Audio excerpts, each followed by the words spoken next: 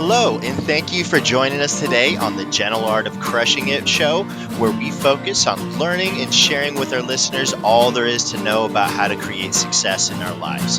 This show stands on the shoulders of giants. Our mission is to empower and inspire our listeners to create the life of their dreams whilst having a blast in the process. Let's celebrate life together. Welcome to the show.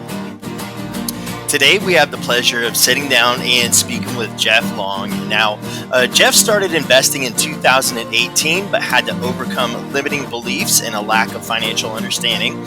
He bought 11 properties in his first 3 years and is continually adding more to his portfolio. Now, he's done most of this using private lenders in creative financing. Jeff absolutely loves sharing his insights and helping people move from wanting to get into real estate to becoming actual real estate investors.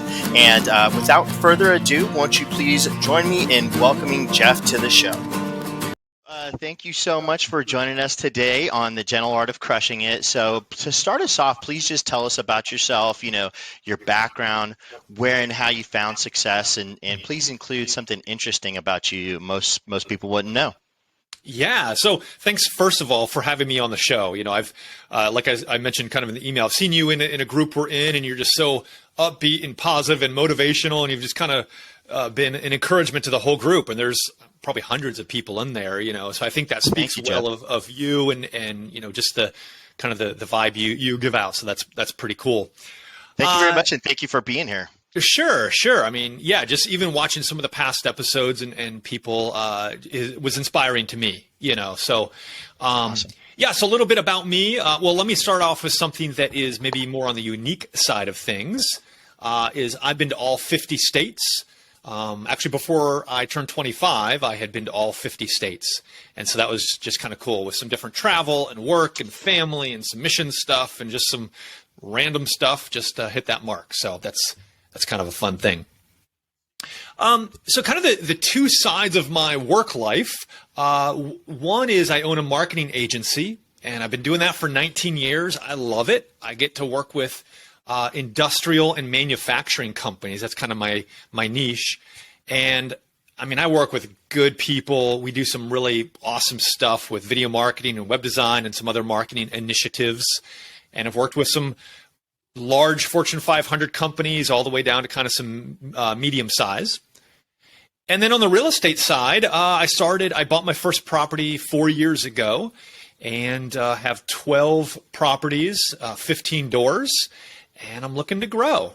I want to ask you a question and just interject something real quick. So in 4 years to go from 0 to 14 doors is really pretty fast success. Even if you're using the Brandon Turner stacking method, that's outperforming that by 10 times or something, or 3 anyways. But so that's great. And we'll definitely dive deeper into that. I want to ask you a lot about that. And I did have a quick question about marketing. So is this something you went to school for?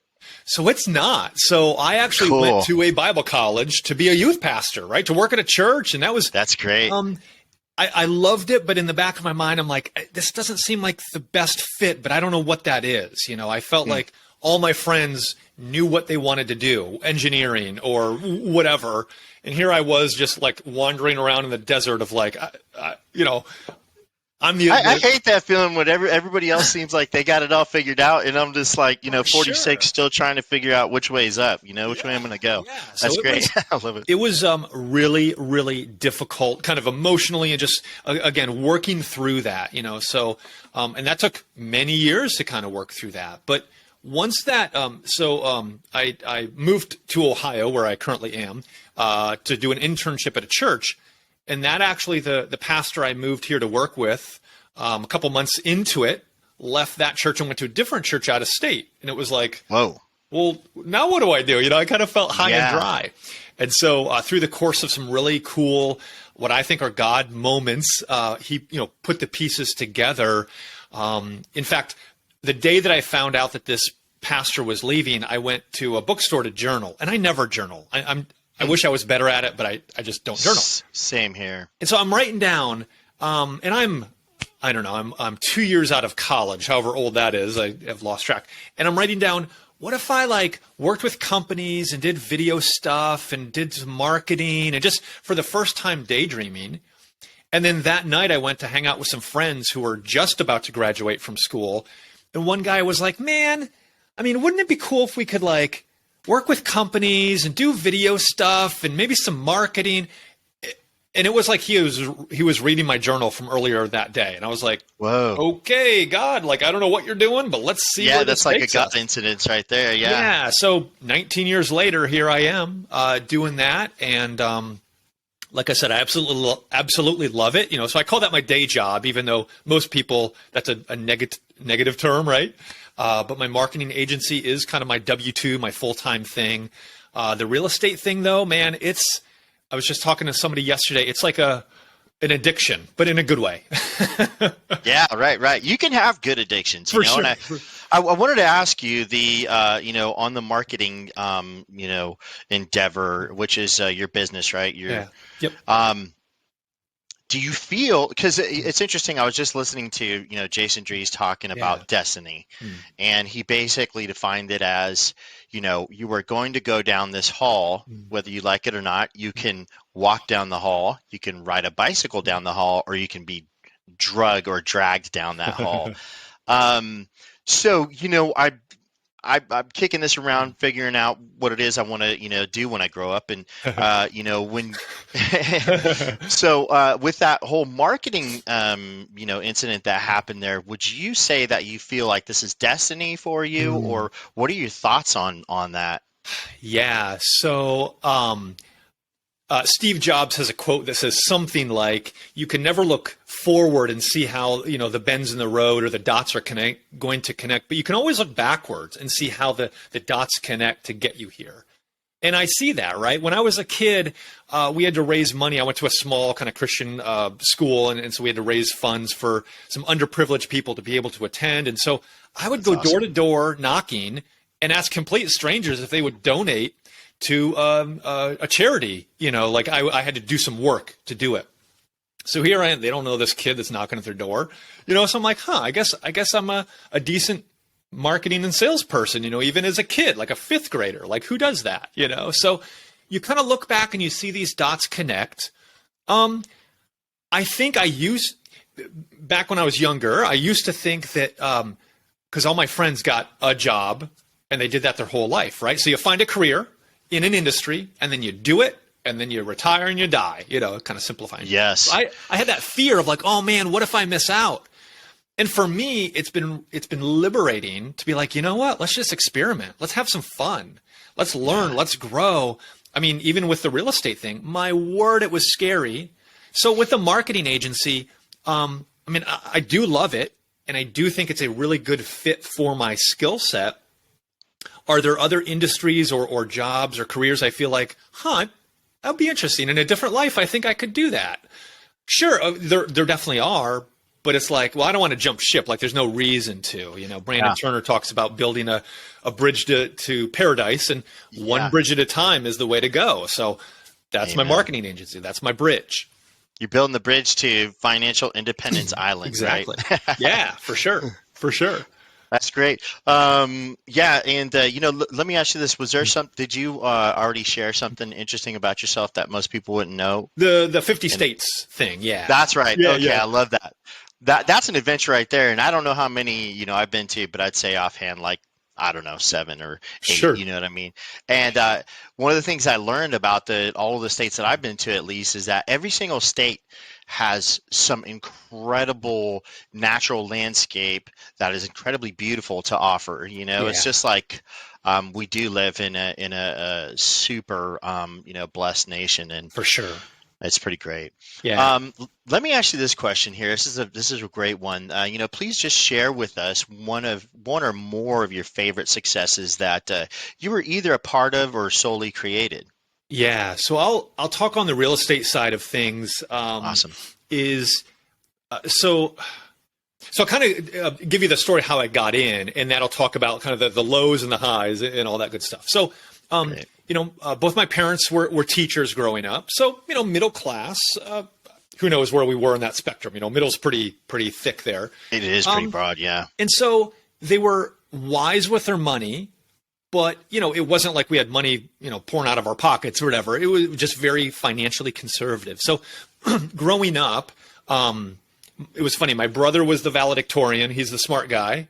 And then there's me, and so, I mean, I'm kind of trashing myself here. Right. So I was never great at math. In fact, I hated math. I hated spreadsheets. And then the idea of being a real estate investor was really intimidating, both from all the terms and ideas. It was like, who can learn that? And so about 5 years ago or so, my grandfather passed away. And he was in ministry his whole life. He was a pastor. He worked at a Christian camp, all this stuff. Well, he owned some rental properties, which I kind of knew about, but I didn't really, he never talked about it. I never, the one or two times I went there, nothing connected. It was like, why are you doing that? When he passed away, he left a small inheritance, nothing gigantic, just, a little bit of money. And I was like, my word, imagine the financial inheritance I could leave if I did what he did, but more. I have more of ability to make money, just my job compared to a ministry job. And so it really got me on the path of learning. But again, I hated math. I hated spreadsheets. I felt intimidated. I thought that real estate investors were smart and rich, and I was definitely neither one. Yeah. And so I had to learn a lot. I mean, it took me 2 years or so to just learn terms and webinars and podcasts and books and just kind of get comfortable. And so I found a realtor in my area. I'm in Dayton, Ohio, that specialized in investment properties. And then there was somebody at my church that was kind of a mentor. He, at the time, had probably 100 doors. He probably has 200 or 300 now. Who knows? That's great. And so, they helped me through the process, all the fear, all the limiting beliefs, all of that. And so I bought my first property, which was super scary. And when I told somebody that I respect and is very successful on many levels, they were like, wait, you bought a house where? And they pretty much said, Jeff, you're an idiot.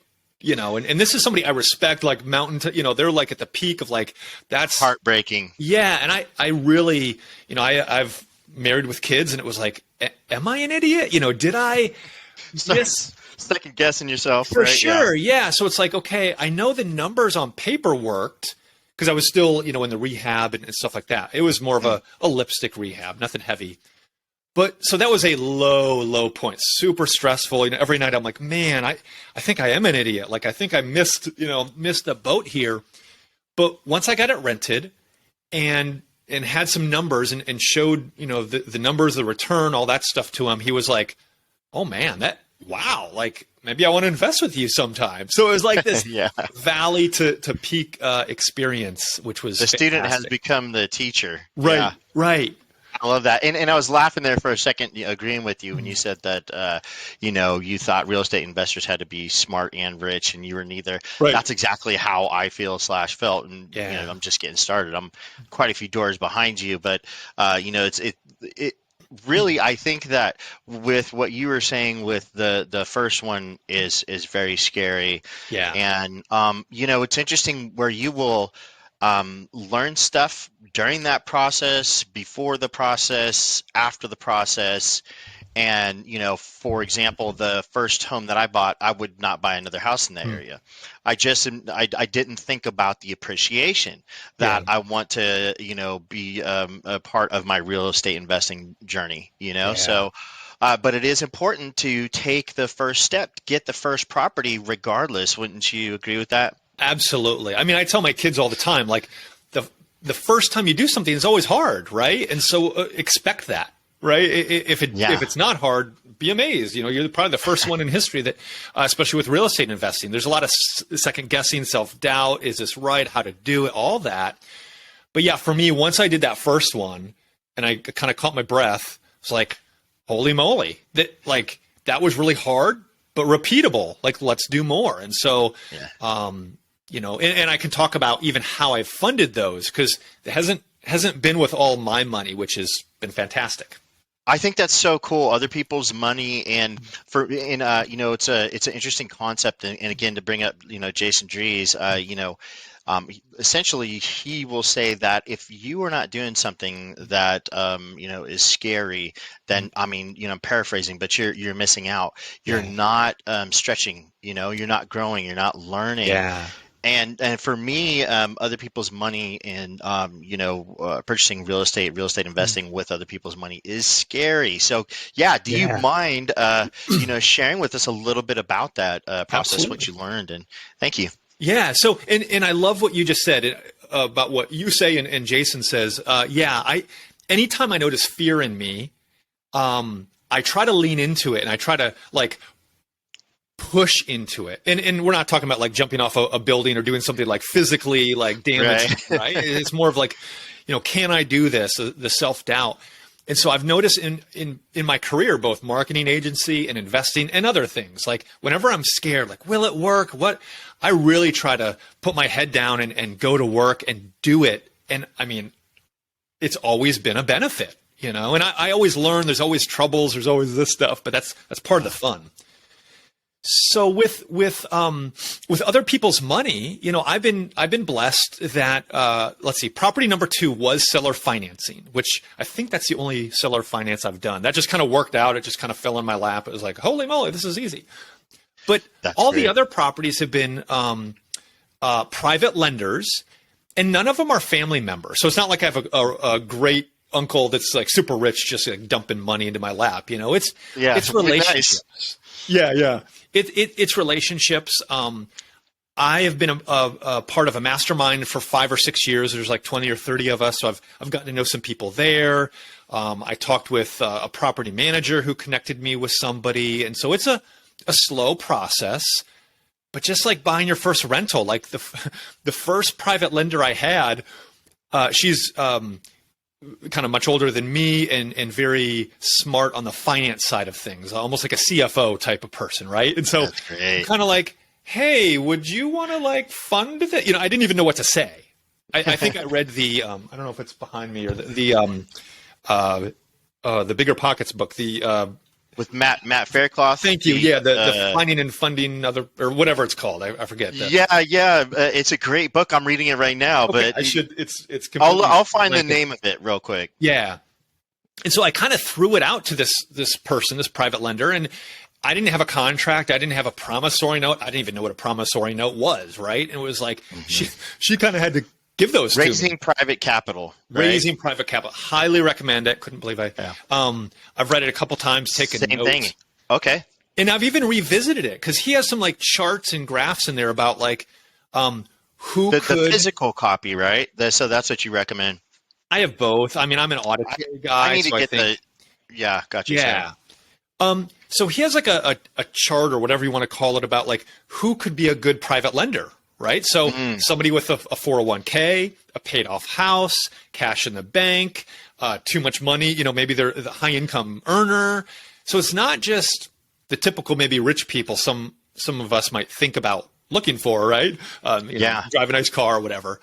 Sometimes it's the financially savvy. There's a book called The Millionaire Next Door that's really good. And they drive beat up cars. They don't look or act. You can't tell they're millionaires. Yeah. So it's really about the relationship. So anyway, kind of the pitch is, which I learned in this raising private capital with that Faircloth, is, the pitch is, so whenever I go to people, sometimes I say, hey, so I do real estate investing and I'm able to do a lot of that with private money. So how that looks is I buy a house and because of the price point, I have to buy it in cash. So I don't have the money in my own bank account. And so I do a short-term bridge loan with a private lender. So it's an interest-only loan. It can be between 8 and 12% interest, depends on some factors. And it typically lasts, a year to year and a half. And then I get a bank loan and do a cash out refinance and I pay the private lender back and they can either rinse and repeat or be one and done. And so can I ask you real quick? Are Yeah. these off-market deals that are needing some work or that you're finding? So, Or well, let me just say one more thing. So here's what sure, I say yeah. at the end of the little pitch. Hmm. Okay. So if I'm at, my doctor or chiropractor or whatever, I kind of do a soft pitch. So at the very end, when I explain it, I say, so if you know of anybody that, has some money in their 401k or house paid off, I mean, let me know, like connect them with me. I'd be happy to chat and see if it's a good fit. So I'm not asking that person directly. I'm not saying, hey, do Yeah. you have money? You're not It's, like putting them on the spot where they have to feel bad about yeah, because that's turning kind you of down. You awkward. just kind of plant the seed. Yeah, I Yeah, love because if that. you're like, hey, can I have $50,000? It's like, holy moly, I don't even know you, man. Like, Right. back off. So it's more of Why a, not hey, do go you up? know anyone that would be interested in at least discussing it? Hey, if it doesn't work, that's cool, but let's at Mhm. least have a discussion. That's so cool. And then what was your question? Yeah, no problem. So are you is this typically like off-market deals that you're Mm. going to rehab? So sort of like a Burr kind of scenario, Yeah, good question. typically. So most of them have been on market on the MLS. That's awesome. I mean, So yeah, I was obviously, just hoping to hear that. yeah, obviously in the last year or so, it's been harder and harder. As things get more crazy, and Mhm. most of the rehabs are, I want to say, more lipstick, meaning we're not adding bedrooms, we're not doing major construction, right? Yeah, we're putting in flooring and paint and maybe sprucing up the bathrooms a little bit. So it's. I'm trying to think. I mean, I'm in Ohio, so obviously prices fluctuate in every market, but I think 20,000 and less is what I put into these houses. Sometimes it's been as low as like 8 to 10,000. Okay. And then we get them rented out, and we have to get them refinanced in about 6 months after being rented out, depending on what the bank wants. And then I cash out the lender or the private lender. And for a lot of them, we do another one. For a few of them, actually, one guy got excited, kind of got the real estate investing bug, and he's investing now. So it's kind of cool. That's so cool. Yeah. Yeah, it's just like Johnny Appleseed. You're out there Right. planting seeds Right. of success and prosperity. Yeah. And so I Great. really want it to be a win-win, right? I really, so that. Can I say something real quick? And Yeah. I think you and I are very similar where, it has to be win-win. Neither of us two here, 1,000% could say with a surety that we would never want to take advantage of another person. We would never want to put somebody in a bad situation. Absolutely. And this is why there's the fear around the other people's money sort of Yeah. thing. But I just know that about you like instantly. I Yeah. just met you basically, right? And I Yeah. know that. So And I have, I talk to them about some of the safety measures. Like, okay, what happens if everything, goes to pot? So, we have that discussion, and I talk about different, either access to funds or bank account, so I have the ability, if everything goes crazy, to pay these people back in, maybe not immediately, but in a timely manner and expedite that. But thankfully, I feel like the risk is fairly low. But I also do want to have the what ifs thought through. yeah, and that's one of the beautiful things about real estate is that if you have an investor, it is actually attached to Right. the money they're lending you is attached to that real estate, which Yeah. alleviates some of the risk, right? Sure. So Yeah. that's great. Let me ask you this: what would you say is one of the most valuable lessons that you actually learned from this whole experience of building your portfolio with investors? I mean, again, I'm still surprised that I somehow snuck into the club of real estate investors, right? Again, I don't feel like I'm Cool. smart enough, rich enough, all of that. And not that you have to be rich to be an investor, but I think that No, but smart enough. thank you so much for saying that because I think that's something that like I for one need to hear, and I Yeah. think the masses need to hear that over and over. Yeah. So I still kind of laugh at like, I have how many properties? Like, how awesome is that? So And cool. I just, because I'm not ask my wife, I'm not a fix it guy. I'm not, there's stuff around our house. She's like, we should fix this. And so I've hired some people. I don't mind learning. And for a couple of the first properties, I did do some of the easy rehab, not plumbing or electrical or anything like that. And now I have a good team of contractors and property managers and stuff. Very cool. So I'm not scared of working hard for sure.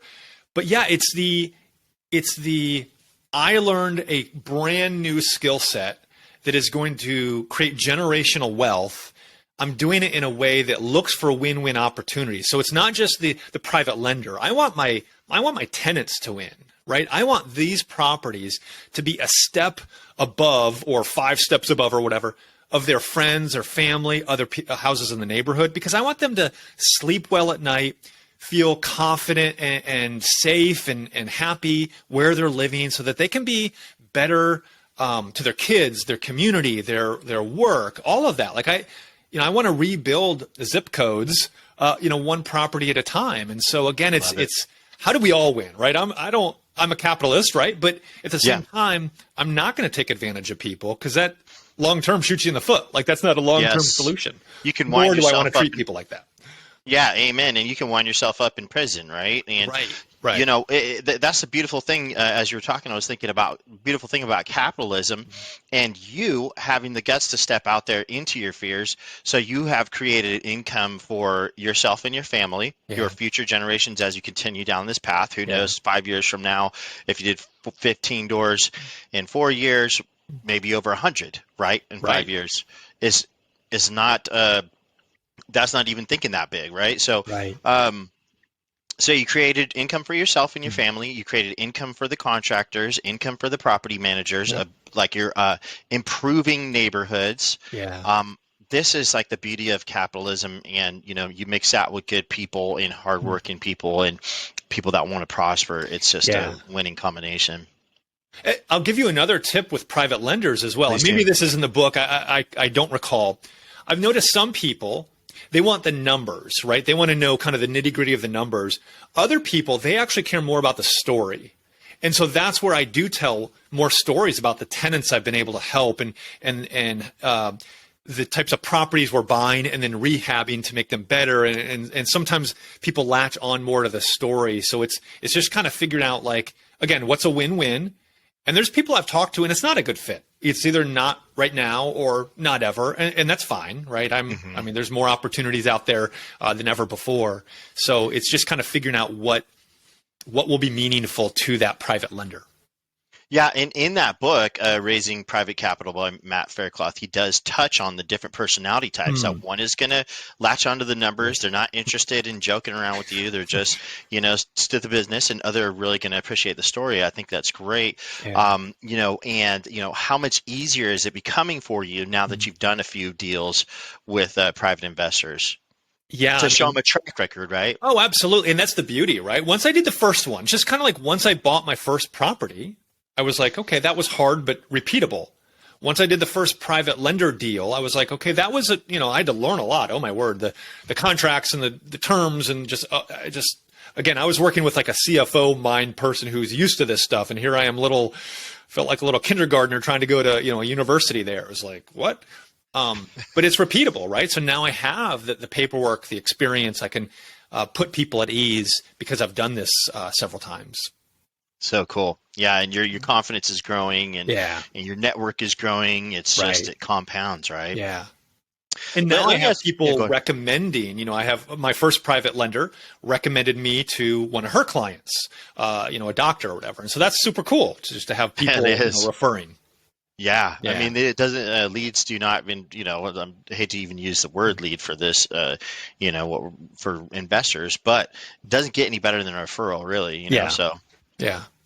Let me ask you this. Would you mind actually telling us a little bit about some of the incredibly difficult experiences that you've walked through and what you learned from them? Could be anything.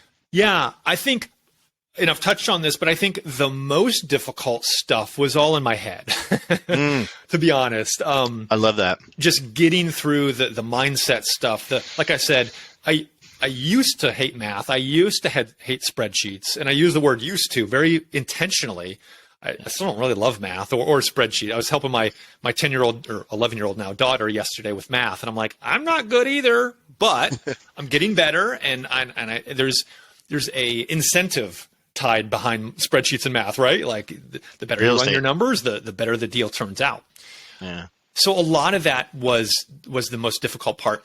I've had some issues with tenants, which being in business for almost 20 years, it's like, okay, something's going to go wrong. It's just when. And so just having that mindset, it's not going to be perfect. Somebody's going to do something either on accident or on purpose. It's going to suck. It's going to cost some money. So, I had a tenant move out last spring and left a fair amount of damage and just a lot of stress on me. Just how do I tackle this? Do I go after this person or not? I actually decided not to. I mean, the damage, outside of her security deposit and some other things it's like $800 or $900. So it was something, it's a lot of money. I hate to leave that on the table, but it was like, you know what, to hire an attorney and go through all this stuff and all the stress and then on her and her family, I was just like, you know what, that's on her. Like if she's that type of person, that it's going to bite her in the end anyway. So I'm going to move on and forget it. Yeah, I think that was the right thing to do, and it's obviously something that you weighed and you took time to, come to that conclusion. Yeah, so we had to put some money into the house to fix it up and do some different things, and so it was unfortunate for sure. But again, I had the mindset of like, hey, something's gonna happen, and not just once. It's not like, hey, I've got that out of the way. It's like, hey, stuff's always gonna happen. So, just kind of be ready for a bumpy road. But honestly, overall, it's been fairly easy or whatever. And I manage 5 of the 12 units because they've been so easy. I always tell my property manager, I say, hey, when these 5 get to be difficult, they're all yours, man. Like I'm going to shove them your way. But overall, they've been really, really good. If the tenant has an issue, they text me and I call or text a plumber or HVAC or my contractor, so I might spend maybe an hour a month on those interacting with tenants. Probably less than that. Depends on the month and what the issue and all that. But so it's been not bad. Pretty simple. Yeah. Yeah, very cool. I don't blame you. And let me ask you this. Have you found, is there any sort of tips or tricks or tactics that you can, insight that you can share with us about actually managing property managers? That is a good question. I have 2 property managers. There's pros and cons to both of them, and all I hear a lot of people kind of lament property managers. There's been some challenges for sure. So I'm still kind of working that out because it's been a year and a half or so that I've given some of my properties to the property manager, and then when I acquire new, they automatically take it over. I think it's communication. And trying to figure out what's their standard and then what do I expect. I'm a systems guy. So like the more systems I can create, both for me or them or whatever, the better. But it's been bumpy. I'll be honest. Sometimes the ones I manage are way better from a cash flow perspective than the ones they manage. I'm like, okay, is that them? Is that the property, the location, the tenant? What's that combo there? So. Yeah, that's definitely interesting. And I think, I don't know, like from my experience, which is, fairly limited with property managers, there's communication, like you're saying, and understanding. It's almost like it's interesting because they have a business they're running, you have a business that you're running, and it's kind of hard to figure out when you're working with a new property manager what their expectations are. And so, I don't know, but it's they're also human beings, so we gotta be treating them well, but For that sure. has to go both ways, and they have to be taking care of the properties, and we should be seeing. It's like we should be saying numbers that we want to see at least kind of close to that. So yeah. And I have, I'm a researcher, compiler guy. So I use Evernote for all my notes. And so I have different, like questions that I've asked property managers as I look to hire them, so it's just trying to figure out what's a good fit. And then, the first several months, I want it to be a little more interactive. As I get comfortable, they get comfortable, all that. And then obviously the longer we go, it's not like I need to babysit them, hopefully, which I haven't, but, I want them to do their job. So I don't have to, deal with all the whatnot that happens with, managing properties. I hear you. No, that's great. Yeah, I love it. Let me go ahead and just shift the conversation a bit, ask you this super fun question. Which is, if you were sent back in time to age 18, what would you do, and how would you, how would you fast track your success? Yeah, that's so good. I'd invest in real estate, like immediately, right? and Apple and Facebook and all that. Yeah, right. Yeah, I think Bitcoin. it goes back to the mindset, the learning.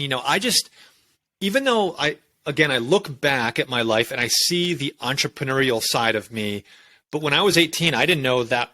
I didn't know I had that, and I didn't have access to people that were entrepreneurs, business owners, any of that. So it was like I kind of had to make it up as I went. Or then when podcasts and other, material, webinars and courses and all that became more available, that, I latch onto those. So I think to summarize, it would be like, don't be afraid to love learning, because in school I didn't love learning at all. I was like trying to get out of school. I was the same way. I literally I hated school except for Yeah. recess and, Right. hanging out with my friends. Yeah. Yeah. So, it's almost like, hey, don't worry, get through school, then you can enjoy learning after school. Yeah. You can cultivate your own curriculum. For sure. For sure. And try new things, I have some friends and other people I talk to about real estate or other opportunities, and they're just really too scared to try. Well, what if this, or what if a toilet breaks, or what if, I'm like, well, yeah, a toilet's going to break. Like, of course it is. So here's how I fix it. So I think a lot of people are just so scared they can't get through the fear. And so getting through the fear for me has been invaluable. Yeah, that's huge. I was going to say fear, an acronym that I learned for that a long time ago, is false evidence appearing real. Nice. Yeah. Which is just really all in our mind if we can remember that. And walking through the fear, what sort of treasure is on the other side of that, right? Yeah. Yeah. So obviously you're, a great example of what can be on the other side of fear. So it's definitely worth it. I also heard on a podcast of this young guy, is 24, and he's just like crushing it in commercial wholesale. And he just said, it's okay to be afraid about something, but if you are committed to it, it's going to succeed. So, right. That's just something to think about that I think it's great. Let me ask you this. Yeah. What would you do as far as how many books would you read per year to fast track your success? That's really good. I mean, as many as I can, right? Yeah. Well, for me, it's between podcasts and books. I kind of go back and forth because I think there's value to both, right? A book is very purposeful. They've taken a lot of time. Be it podcasts, I find that those interviews and different things I just love, So, I'm a podcast and audiobook junkie, really. It's like any spare second, I'm trying to like jam those buds in my ear to listen. Sometimes my wife is like, take them out or whatever. And I'm not like with my family. I get the same thing. I hear you. So what I'll do is I'll listen to it while I'm doing the dishes. Yeah. And then, my wife will come by and pull my headphone out and just tell me, hey, I wish that I had that luxury to like listen to, podcasts while I'm doing the dishes. Cause typically she's got the kids running around like tackling her or whatever. Yeah. And I think as my kids get older, I want them to be a part of the experience, part of the learning. And chances are they're not going to be as excited as I am now. But, when they're at a certain age, they'll at least see the value, even if they don't give a rip about investing, real estate investing or whatever. Hopefully they do. But, yeah. And a lot of these success concepts, sorry to cut you off, can be applied to whatever their dream is. Right. Right. Yeah. I mean, if they want to be an artist or whatever, like there's common principles that can be applied for success. Yeah. If you want to be an artist, you better be good at marketing as well, right? Yeah, absolutely. Absolutely. So I love that. Let me ask you this. What are your thoughts on mindset and how to go from a non-success mindset or scarcity mindset to a successful mindset or growth mindset? Yeah, I mean, that's my story. I feel like, I used to tell people this almost exact line. Well, I'm a realist, which just means you're a pessimist, let's be honest. And I was a pessimist. And I still struggle with not seeing the downside, the dark side, the what if, so it's gratitude, it's thankfulness, it's all of those things. So for me, a lot of my learning over the last decade has been more mindset stuff. Learning sounds really stupid. Learning myself and what works and doesn't work and all this stuff to kind of optimize myself, because I can't control other people, but I can control or I can optimize me. Yeah, and that's not stupid at all, and that's actually, brilliant. Like, and I need to say, like, I haven't said this yet. You are truly very inspirational, Jeff, and Thank you. You're welcome. And what you've done in your life, and there we're very similar. I actually was for a large period of my life very, very, very negative, bitter, Yeah. angry, resentful, a realist, quote unquote. I knew what I could do, and I knew I was probably never even going to crack, $50,000, even though I had hoped, things. But my point is that mindset is so powerful, and understanding it and implementing it, and so important. And just to kind of, bring up an example over the years, if you're listening to the Bigger Pockets podcast, they go from, a lot of strategy to, over time, as Brandon was leading the helm, to mostly mindset. And if people don't know about Brandon Turner's story or Bigger Pockets, they should definitely look into it, because he's a similar, like, a story to you and I. He's just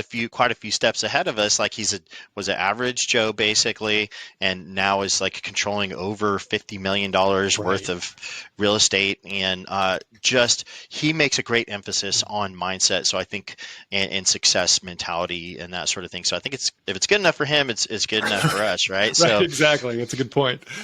yeah. So I applaud you for that. And it's just so important. It really is. Yeah, thank you.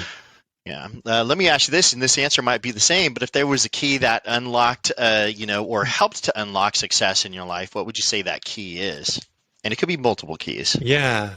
I mean, it's probably what we've talked about, right? The mindset, the leaning into fear, continual learning. I think those are probably the top three things that bubble up to the top there.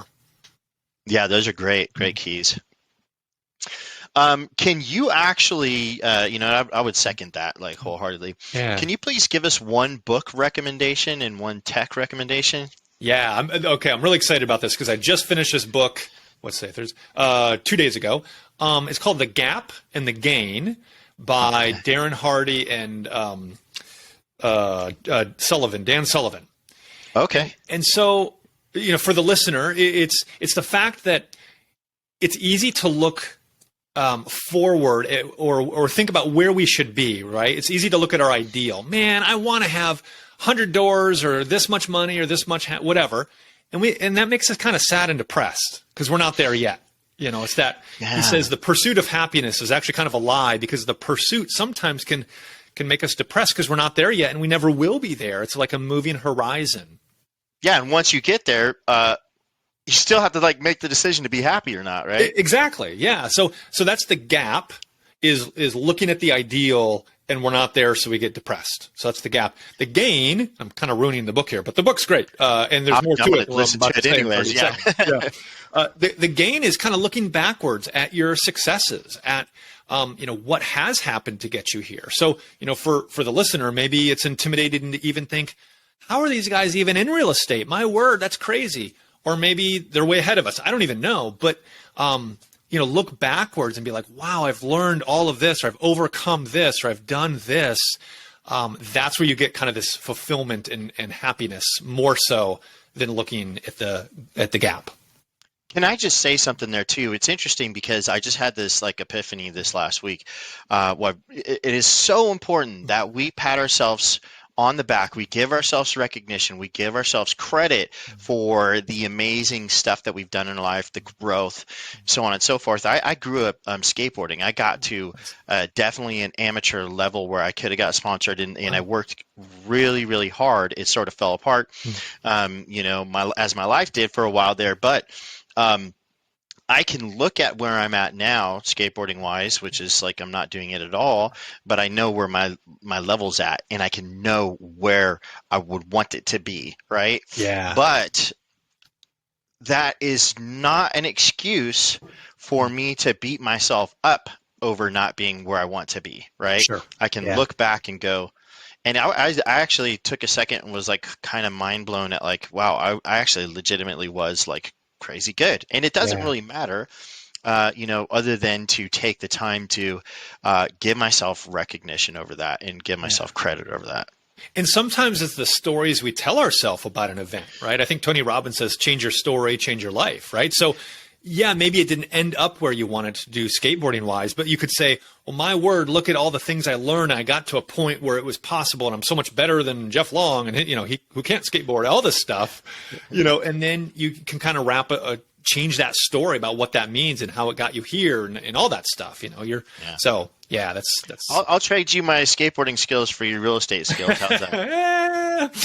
Yeah, blame you. I'll keep mine. Oh, yeah, there you go. Yeah, that would be wise. Right. One tech recommendation you did touch on Evernote. Yeah, man, I'm a tech guy. So on the real estate side of things, I mean, I had been using Stessa.com for my bookkeeping and accounting. I'm kind of upgrading. My accountant and CPAs have me move all of that to their QuickBooks stuff. But I think for a lot of that, Stessa is fantastic. And then Google Voice, I use Google Voice to interact with my tenants. The ones that I manage. That way they don't have my personal phone number. Smart. Just so there's you can text and call, leave voicemails and everything. Yeah. And it's free. It's free. Yep. And so That's a great they typically, my tenants typically we text back and forth. We rarely call. If there's a crisis or something's leaking, then we will. But it's mostly texts. That's great. I love it. And how can our audience support you? Is there a particular type of deal that you're looking for that can send your way? Maybe if they're interested in investing with you? Yeah, I think kind of two things.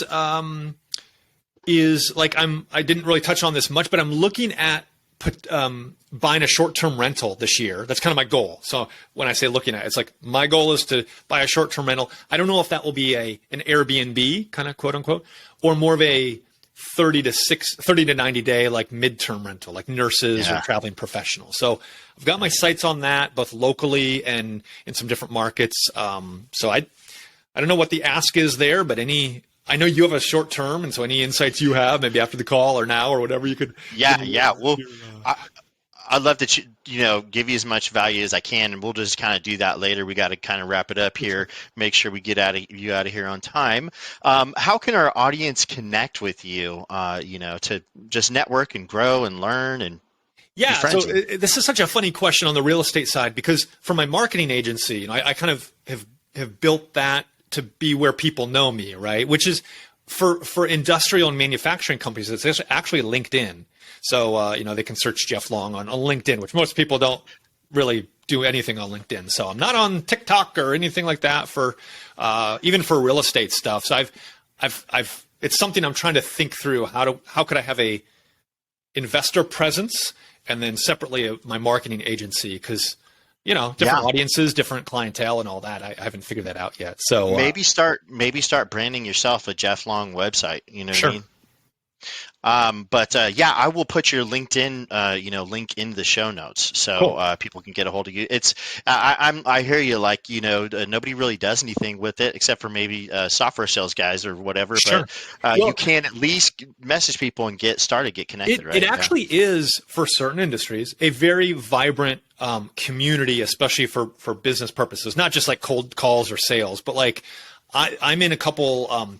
Kind of smaller subgroups there on LinkedIn, and it is amazing. And so anyway, I didn't even know they did that. That's great.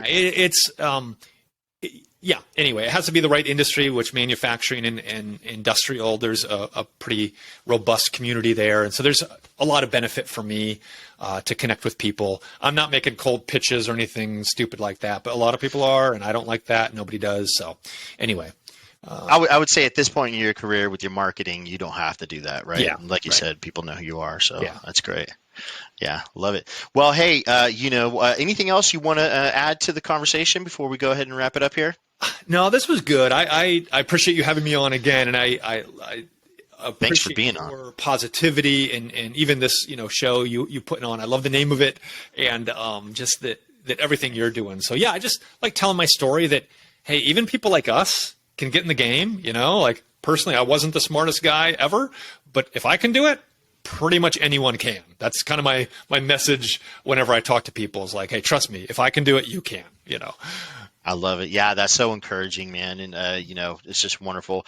It's great meeting you. I think that we're gonna have a long-lasting, like, amazing friendship, Yeah. and so I'm excited for that. I will go ahead and sign us off. So, thank you, audience, for listening today, and we're gonna go ahead and say goodbye. Well, there you have it, ladies and gentlemen. Another episode of The Gentle Art of Crushing It. It was an amazing episode. I know I sure learned a lot. I hope you did as well. I want to take a second, just thank you so much for viewing or listening to this episode. And please just know that I only ask you for one favor, and that is to make this life magnificent. Thank you and have a wonderful day.